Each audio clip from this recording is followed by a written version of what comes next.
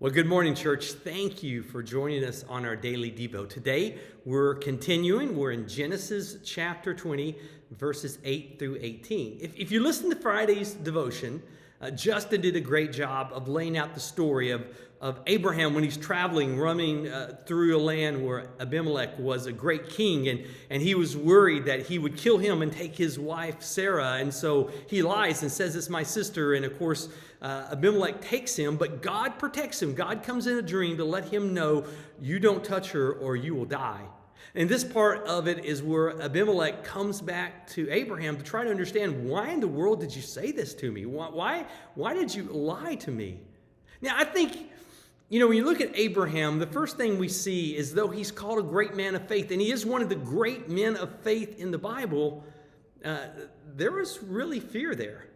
Not only does he try to justify what he said, because he tells Abimelech, she really is my sister, she's my stepsister, so she really is my sister. But then he goes a little deeper and says he told Sarah when they were wondering that he said, if you really want to show your love for me, anyone who asks of you, say he's my brother.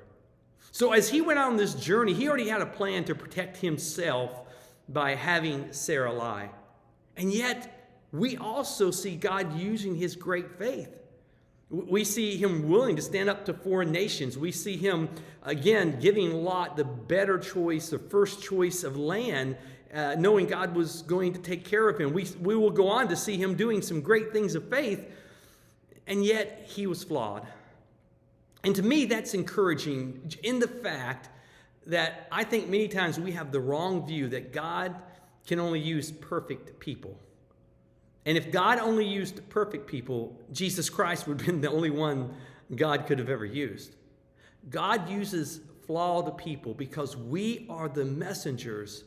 The power is in the message. Now, this is not an excuse to live in duplicity or not an excuse to say we don't have to have a standard. We should. But what we need to understand is that we can't let that feeling that Satan will put on us, hey, you're not perfect. Who are you to talk about Jesus? Who are you to tell your neighbor about Christ? Who are you to do this? After all, you're not perfect. And we aren't. But we have a perfect message. And see, if we look through Scripture, we would see David, one of the great men of the faith, who committed adultery and murder.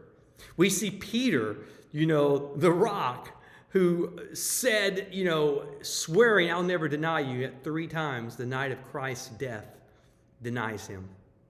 We can see James, who was really the father of the church, Christ's brother, who really rejected Christ, then came back and be the leader of the church. We can see Paul, who actually killed Christians, incarcerated them, drugged them away, who becomes the proponent of sharing the gospel throughout the world.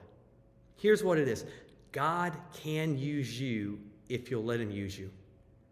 If you're willing to say, God, here am I, use me, he can.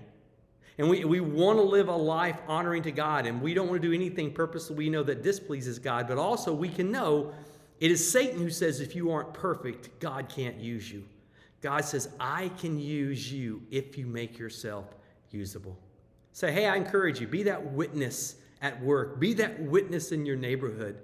Be that person reaching out, knowing that God can and will use you if you make yourself usable. Guys, thank you so much for continuing on our daily Devo. Hope you continue with us tomorrow. Hey, don't want to do a spoiler alert, but guess what? The promise to Abraham is going to be fulfilled. So guys, join us tomorrow. Have a great day.